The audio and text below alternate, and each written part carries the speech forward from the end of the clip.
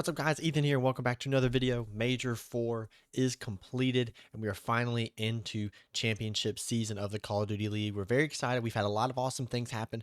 All 4 teams in the top 4 have won this season, with the New York Subliners bringing home Major 4. Let's dive into a couple of the matches that we had during Major 4 and key matches that I think will carry over the momentum and the effect into Call of Duty Champs.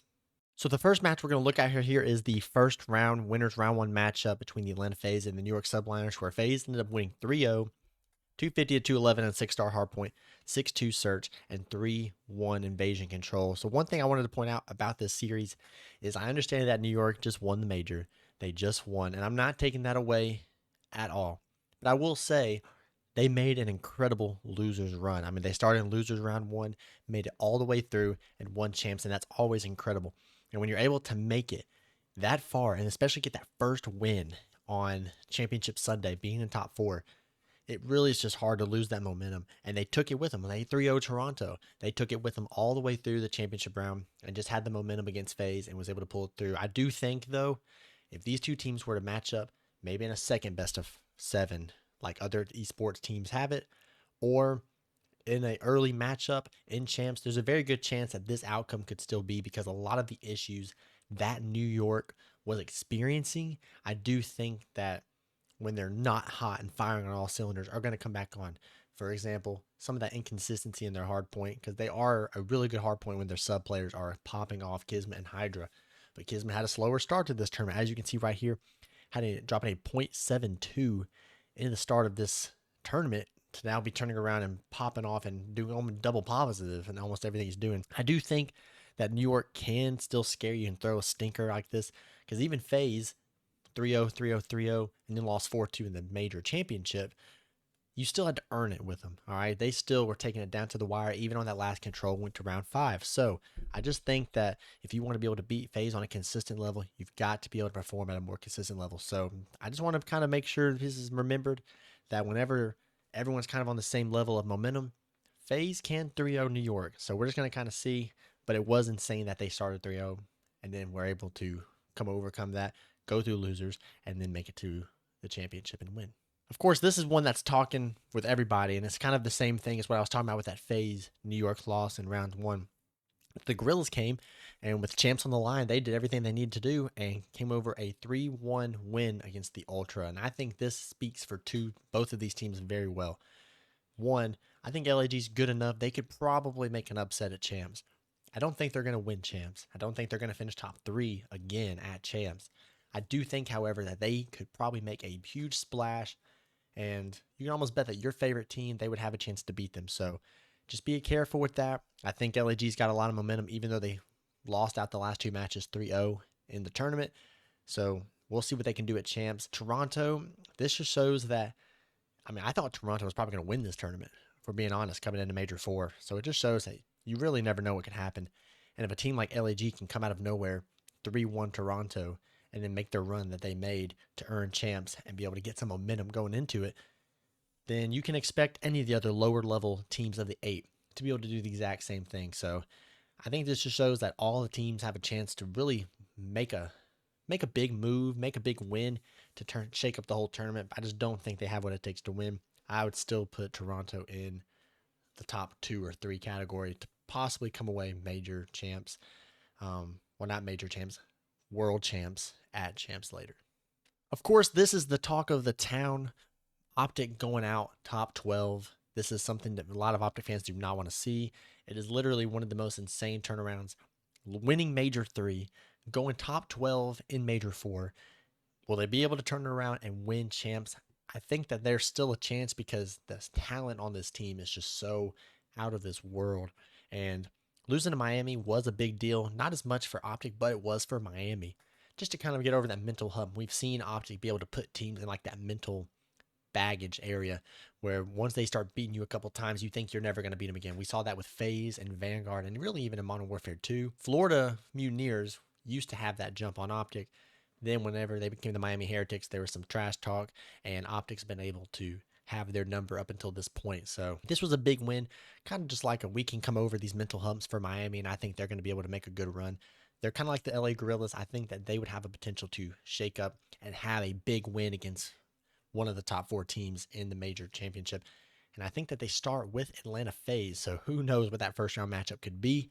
We're going to talk about that in a later video, a lot more about champs. Right now, we're just reflecting on Major 4. But Optic had an awful Major 4 qualifiers. Came in here, everyone thought, well, maybe if they get to land, they could do it. And they come top 12. So Optic's really going to have to figure out what's going on right now and see what they can do to turn things around before champs, where I really do believe that we will be seeing this roster blow it up to some degree. The next 4 matches we're quickly going to look over are all 4 of the matches that were played today on Championship Sunday. All the other matches, you kind of just expected them to kind of go the way they did. You knew FaZe would probably sweep their way into the grand finals. And once Toronto and this match happened right here, Toronto and New York, then I kind of expected New York to sweep their way into the grand finals as well. But New York 3-0 Toronto. This is a worst case scenario for Toronto because you want to go in with some form of momentum. Yes, FaZe did not win, but FaZe has a moment of momentum still. You made it to the grand finals. You smoked everybody else, and you still had some very close games, except for the hard points in this matchup. New York, you just won the major, so there's your momentum. Optic doesn't really have that momentum right now. A couple of other teams do, LAG, Miami, and Toronto is a team that really probably needed to also get a little kick of some momentum going. And so when I knew that it was going to be Toronto and New York playing, I had a feeling that whoever won this game was for sure going to be in grand finals. Once LAG made it to champs, I had a feeling that they were going to kind of run out of gas a little bit. They did everything they did to need to qualify for champs, which was an incredible run. But then to have to go up against FaZe, New York or Toronto, and then probably play FaZe again, I just did not see them winning. And so I knew that whoever won this one would probably win the whole thing. But for New York to 3-0 them, I mean, look at Sib, 1.53. 1.39 from Kismet, 1.33 from Hydra, 1.09 from Skies. All of them went positive in a large manner. Ultra got wiped. We've been seeing some bad performances from Envoy. He still dropped the lowest, but not by the biggest margin. Scrap had a very rare stinker. He's one of the most consistent players, if we're being honest, and he had a very rare stinker as well. Insight, he's kind of a mix too. You flip a coin of what you're going to get with him. Yes, he can perform in S&D and show up in big moments, but he's also going to throw some stinkers in control and hard points. And Kleenex is the same. I feel like Kleenex is more of that, where when he's on his high, he's one of the most unstoppable players in the league, but when he's on his low, he's going to drop a 0.75 and you're just going to be able to run right through him. And so I think if Scrap was playing more to the level we're used to seeing him play, this is probably still a 3-1 win by New York. But to be 3-0'd by New York, kind of just steamrolled, not even close. I mean, 250 to 140, 154, 6-1 in Search and Destroy. It was insane. So this is like a worst case. Panic is on the horizon for the Toronto Ultra, and they've got to pull it together real fast before champs. And this right here is also what started New York's run to win Major 4. And lastly, we have Major 4 Grand Finals. And when you look, Sib and Sky still had not the best that they could have had. Skies really did have some stinkers, and Sib had some pretty rough starts as well. If you go over here to the Invasion Control, I feel like Sib started like, what was it, like 0-7, 2-10 to start the mode, but then he kind of cranked it up. I think he got a cruise as well, and that's kind of what helped them win that round 5, and it was just awful. I mean, it was awful for FaZe. I really did think when FaZe came out and won 6-1 in high rise, all right, FaZe has got some momentum here. New York came out, slammed them in 6-star hardpoint. New York had probably one of the best opening round offenses in control history on high rise. And if you were watching, it was absolutely mad. It was absolutely insane. And then FaZe responds and does the exact same thing, wins 3 in a row, 3-1s them.